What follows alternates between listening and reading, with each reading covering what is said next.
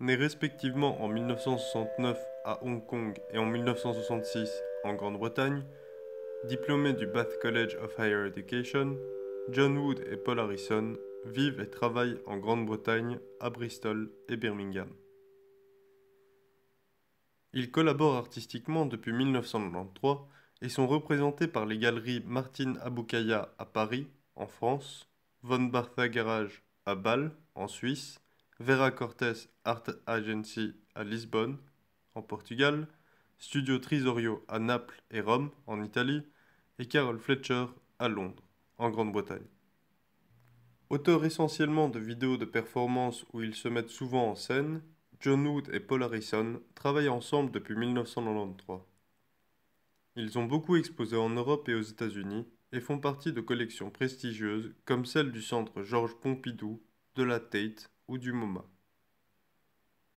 Le cube blanc des galeries et du musée est le lieu privilégié des actions de John Wood et Paul Harrison. L'utilisation du plan fixe, l'esthétique minimale, la mise en œuvre d'associations d'objets usuels et d'astuces visuelles low-tech, la présence de leur corps dans leur travail, la création de micro-actions dérisoires dont le résultat se situe invariablement entre échec patent et réussite aléatoire, constituent les grandes caractéristiques de leur pratique artistique. Durant une interview pour la Tate, en 2008, John Wood s'exprime. À nos débuts, il y avait un de nous, ou les deux, qui faisait une sorte d'action de performance. Cela avait un lien avec l'espace architectural dans lequel on se trouvait. Ça a commencé de façon plus géométrique, en utilisant des objets qu'on construisait autour du corps humain. Dans quel genre de boîte rentre un humain? Qu'est-ce qui se passe si on se met debout sur un demi-cercle? Ensuite, on est passé à d'autres objets, et à la façon dont on interagirait avec les objets, comme une planche en bois qui tombe, ou un banc. Le processus de création commence par des ébauches sur papier, des dessins simples, avec le minimum pour comprendre l'idée. On en fait des centaines, ensuite on trie, lesquels pourraient être regroupés et intelligemment mis en scène.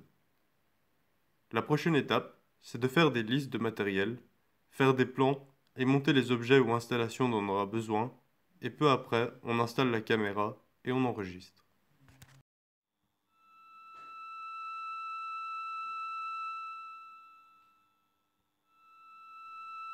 Vidéo en plan fixe. Les deux artistes, habillés en noir, sont attachés à des chaises de bureau dans une pièce blanche minimaliste, construite par les artistes. Des chaises qui semblent être animées par des forces extérieures. Un des deux artistes se fait authentiquement mal. Leurs corps sont projetés dans l'espace de la pièce blanche de façon hasardeuse au premier coup d'œil, semblable à des boules de billard. Mais on y reconnaît au fil du temps le rythme de la circulation, et il y a là une référence à la vie de tous les jours, grâce à cette représentation des conséquences subtiles d'un élément du quotidien. Le cadrage simple et précis renvoie au début de la cinématographie et la mise en scène typiquement théâtrale de l'époque. Les deux artistes arpentent cet espace qu'ils perçoivent comme une métaphore de l'habitat standardisé. Avec les seuls instruments de leur corps et des objets simples, réminiscence de la sculpture minimale et de l'écran cinématographique, ils prennent au plus juste la mesure du cadre en convoquant simultanément gestes du burlesque et déplacements dansés. Dans leurs mouvements aléatoires, on retrouve ce comique de situation semblable à Buster Keaton ou Charlie Chaplin. C'est en réalité l'intérieur d'un camion qui roule au milieu du trafic de la ville de Bristol, en Grande-Bretagne. Les chaises de bureau se déplacent librement à l'intérieur du camion au fur et à mesure que celui-ci accélère et s'arrête suivant le trafic. Durant une interview en 2008, les artistes s'expriment à propos de cette vidéo performance. Nous étions dans un camion en milieu d'après-midi à Bristol, personne autour de nous s'en rendait compte. L'espace blanc a été construit pour. Avec les chaises, il dégage ce que dégage un bureau d'entreprise ordinaire, stérile.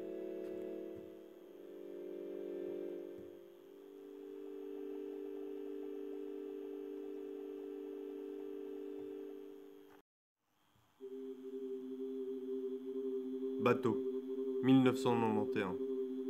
Bateau a été fait avec notre première bourse du Conseil des Arts. Je pense que nous avons reçu 1000 livres pour ça, et nous sommes parvenus à faire environ 3 pièces. De relativement petites sommes d'argent tôt dans une carrière peuvent faire une grosse différence. Cependant, l'argent ne suffit pas pour acheter les outils électriques. Alors, la structure du bateau était plutôt handmade et on a pris des siècles pour le construire. Puis, ensuite, il a continué à craquer et à se casser. Il faisait du bruit. Vous pouvez d'ailleurs l'entendre dans la vidéo. On a passé pas mal de temps à chercher le courage pour agrandir la taille du bateau, mais nous ne l'avons pas fait comme, sans doute, nous pensions que ça pourrait fort nous blesser. Nous ne sommes pas très courageux.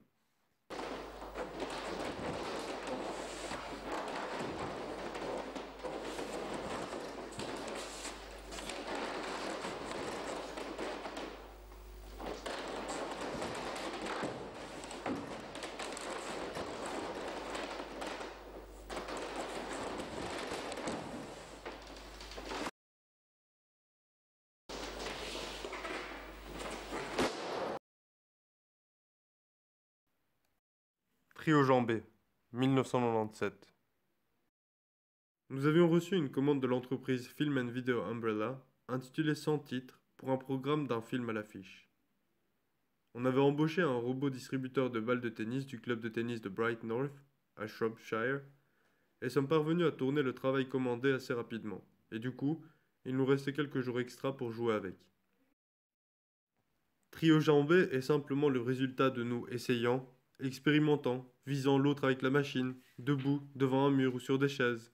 Comme c'est souvent le cas, parmi nos plus intéressants travaux, beaucoup sont simplement le résultat de nous qui expérimentons.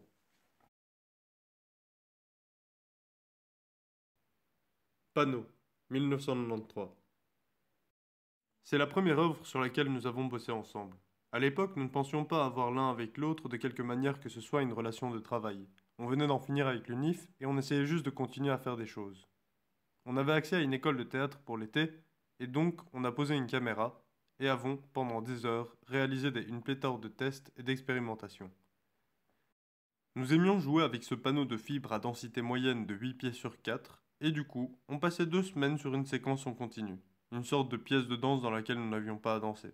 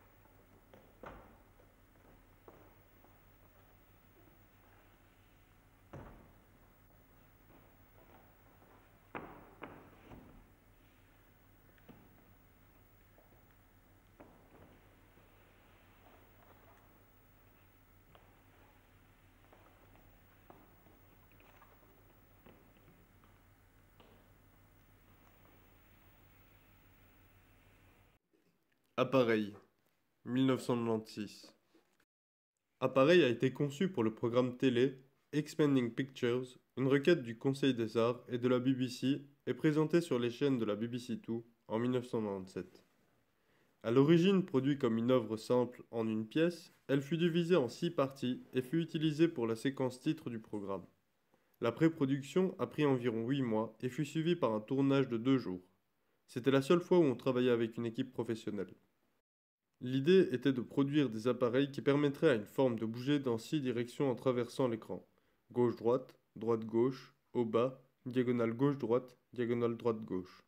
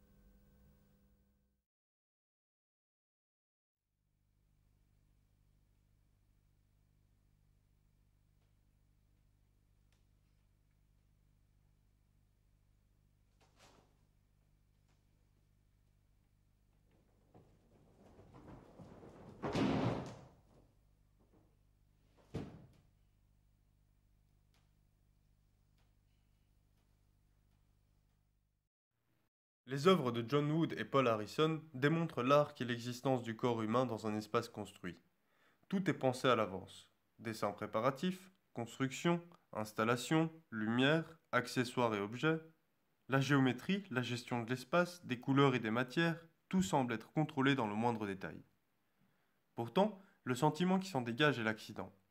Souvent, les artistes se mettent en scène, attachés à des cordes qui parfois soulèvent la personne ou la tirent. Comme des marionnettes, le corps de l'artiste devient comme contrôlé par quelque chose de plus grand, hors champ. Ils ont aussi produit des œuvres où c'est les objets qui sont mis en action, comme des bouts de papier dans la vidéo Tempête, ou Trio Jambé, où c'est le public qui jette des balles de tennis sur les artistes. Cette caractéristique, cette force extérieure qui vient prendre possession et faire agir les personnes et les objets dans les œuvres de John Wood et Paul Harrison, fait penser à l'art médiumnique. Cette pratique artistique, observée souvent dans les milieux d'art brut et qui a lieu quand l'artiste prétend ne pas être l'auteur des créations, celle-ci exécutée dans la clandestinité, répondant à des pulsions créatrices frénétiques et n'étant pas considérée par l'auteur comme des œuvres d'art.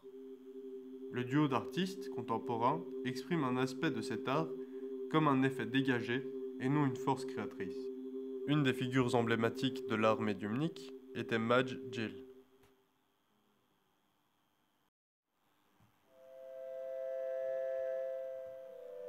Elle s'inscrit dans le mouvement dit art médiumnique, qui consiste dans l'automatisme, l'abandon de toute emprise sur soi-même.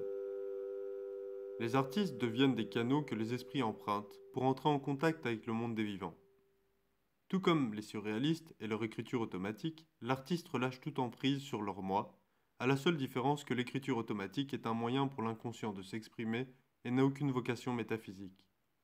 Là où John et Paul travaillent de manière plus surréaliste, Matt Gill, elle, est entièrement guidée par un esprit.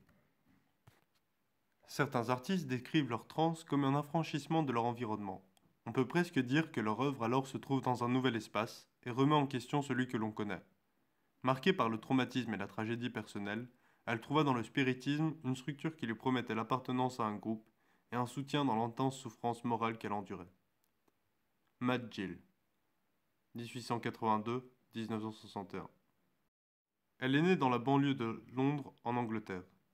Elle est élevée par sa mère et sa tante, puis placée dans un orphelinat, avant de rejoindre le Canada où elle a employé comme servante dans une ferme. Elle revient à Londres à l'âge de 19 ans. Vers 1903, elle est initiée au spiritisme et à l'astrologie par sa tante. 4 ans plus tard, elle se marie avec son cousin et donne naissance à 3 fils, dont un enfant mort-né. Son deuxième enfant est emporté par l'épidémie de grippe espagnole en 1918. Mad Gill tombe alors gravement malade et perd l'usage de son œil gauche. Un an après ce deuil, elle se met à dessiner, écrire, broder, créant une robe d'une grande finesse. Guidée par un esprit qu'elle surnomme Miriniarest, que l'on pourrait traduire par mon repos intérieur, My Inner Rest, Mad Gill travaille debout, la nuit à la lumière d'une lampe à huile. Elle utilise aussi un support de carton ou un calicot et trace de manière obsessionnelle, à l'encre de Chine ou au stylo bille, un visage féminin coiffé d'un chapeau qu'elle inscrit dans un décor constitué d'architecture imaginaire. Ces nombreuses œuvres créées à la lumière d'une bougie, on retrouve quelques robes tissées, dont une exposée au musée de l'art brut en Lausanne, brodée de fils de coton mercerisé et de laine enrichie de voiles de coton haut. Il est assez rare de trouver de la couture dans l'art médiumnique. La première impression qui s'en dégage est une certaine tristesse. Les couleurs sont ternes, prédominance de ton brun. Elle est assez peu contrastée, mais très riche au niveau des différentes textures. C'est un patchwork de morceaux tissés de façon différente. Le tissu en lui-même est de nature différente selon les endroits. C'est au niveau du ventre que l'on aperçoit un travail plus en détail. Cet assemblage peut sembler chaotique, mais les différentes pièces s'imbriquent parfaitement les unes avec les autres et de manière harmonieuse. Les dessins à l'encre de Matt Gill mènent plus loin encore. Car, bien que nous soyons habitués à la répétition obsessionnelle de la même femme fatale dans presque la totalité de ses images, cette femme plonge constamment dans un fond ornemental qui l'absorbe, qui l'avale. Le visage et les mains ont beau rester intacts, le corps s'immerge de manière si peu réaliste dans le reste du dessin qu'on ne sait plus distinguer ce qui est femme de ce qui est décor. Certaines œuvres sont faites sur de très grandes fresques. Le dessin est fait petit à petit. Au fur et à mesure, le papier est déroulé. Dans ces figurées féminines inlassablement répétées, on pourrait y voir l'image de son enfant mort-né, qui, au travers des esprits, arrive à communiquer avec Mad Gill.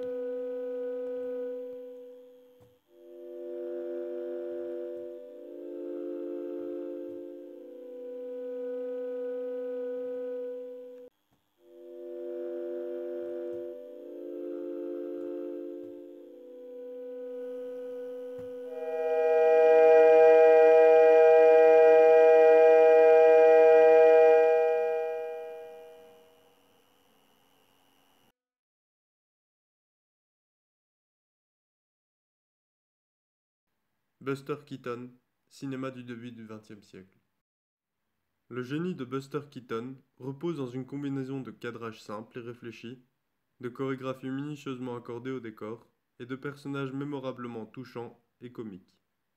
Près de 100 ans plus tard, il demeure toujours une grande figure de référence au cinéma, mais aussi des artistes comme John Wood et Paul Harrison. Leurs démarches sont similaires, et les résultats respirent ce même esprit de situation comique et jeu de corps.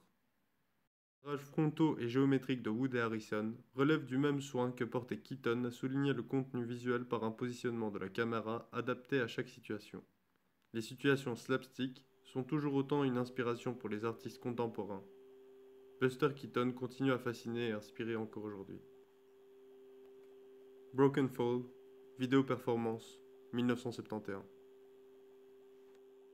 Le corps de Bastian Hader est similaire au mouvement des arbres dans cette vidéo. Le corps questionne son rapport à la nature. Chez John et Wood, on met à l'épreuve la résistance du corps.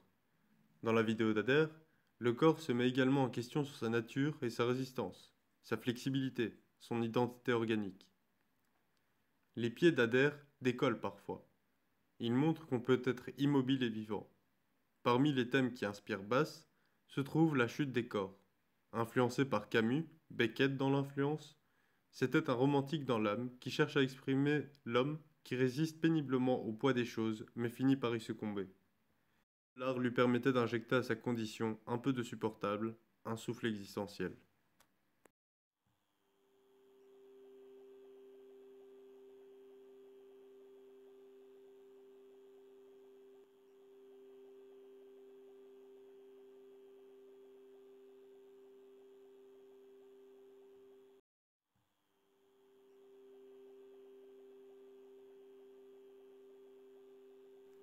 Tumbling Woman.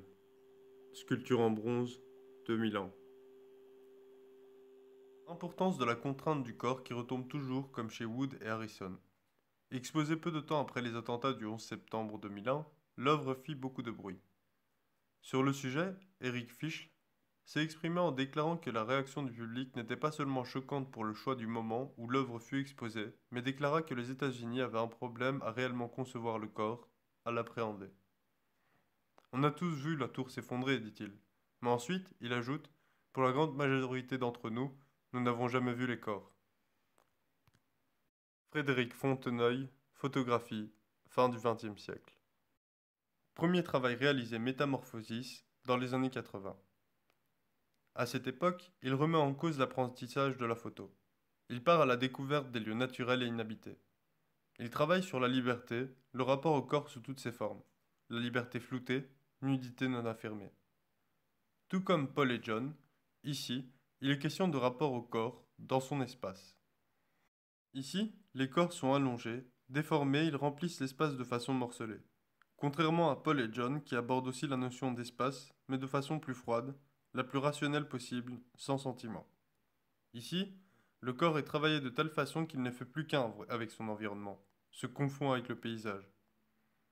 L'artiste se questionne sur la place de l'homme dans son environnement. Il cherche à représenter une forme préhumaine, en plein environnement naturel, sans trace évidente d'humanité. Ainsi, les formes obtenues sont fugaces, aériennes, vivantes, aliénées. On est au final toujours amené à y voir une forme humaine, car une des parties du corps est à chaque fois bien distinguable.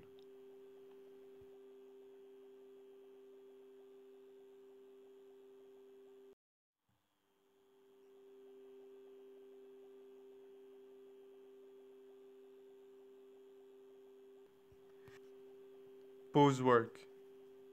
Série photo, 1971.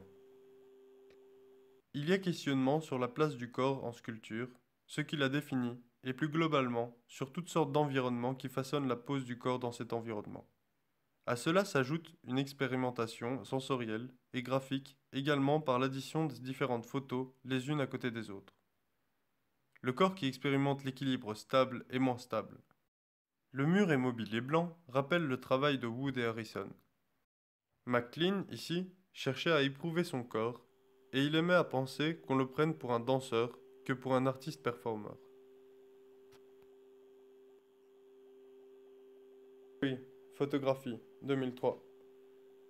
Le corps et la nature ne font plus qu'un. Le corps vulnérable porte la robe organique du sapin. Nudité rappelle la vulnérabilité du corps qui peut se fracasser, la candeur. On sort de l'espace blanc immaculé sécurisant de John Wood et Paul Harrison. Ici, on est en plein dans le milieu des outsiders, dans leur jeunesse éphémère et insouciante. Où Bastian Hader parlait de chute avec pessimisme, ici, on a une vision plus optimiste, où l'on n'est plus en train de grimper l'arbre. Oscar Hauss, 1974 à aujourd'hui. L'artiste fut fort marqué par la violence de son père envers sa mère durant son enfance.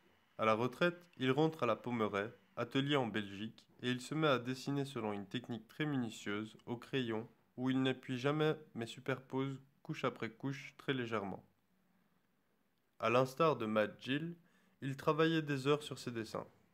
Dans ses œuvres, on note la représentation d'un personnage récurrent, l'accordéoniste, personnage qui lui est cher. Le corps de ce personnage est plat, sans profondeur. Seul le visage, pareil au masque d'un automate, semble apporter un semblant de profondeur. Michel Dave, 1991 à aujourd'hui. Il intègre l'atelier de la Pommeraye en Belgique à 50 ans et se met à travailler sur un classement intensif de verbes d'action et de mots ou groupes de mots qui inscrit la première phrase au verbe dans un contexte. Il remplit avec un code de couleur bien spécifique des feuilles au format raisin. Christelle Haucaluc, 1993 à aujourd'hui. Christelle commence ses compositions à 21 ans. Dans son œuvre, comme chez Matt Gill, la figure de la femme est très présente et on sent une attention particulière à la production du motif.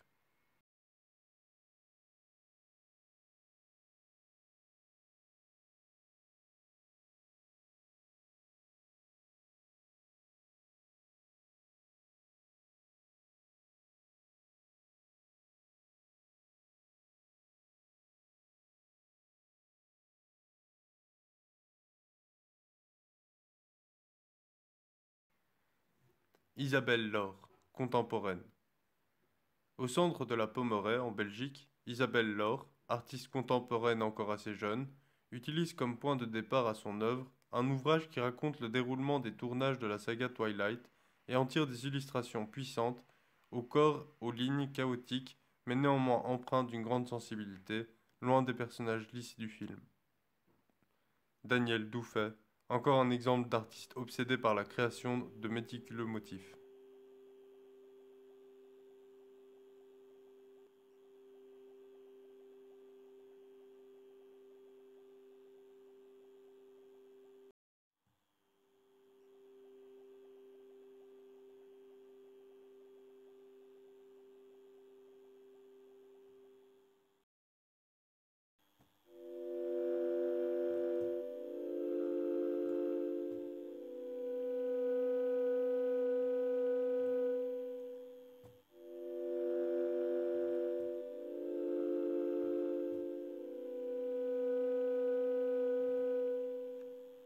Le travail des artistes qui recherchent comme John Wood et Paul Harrison est différent d'artistes comme Matt Gill.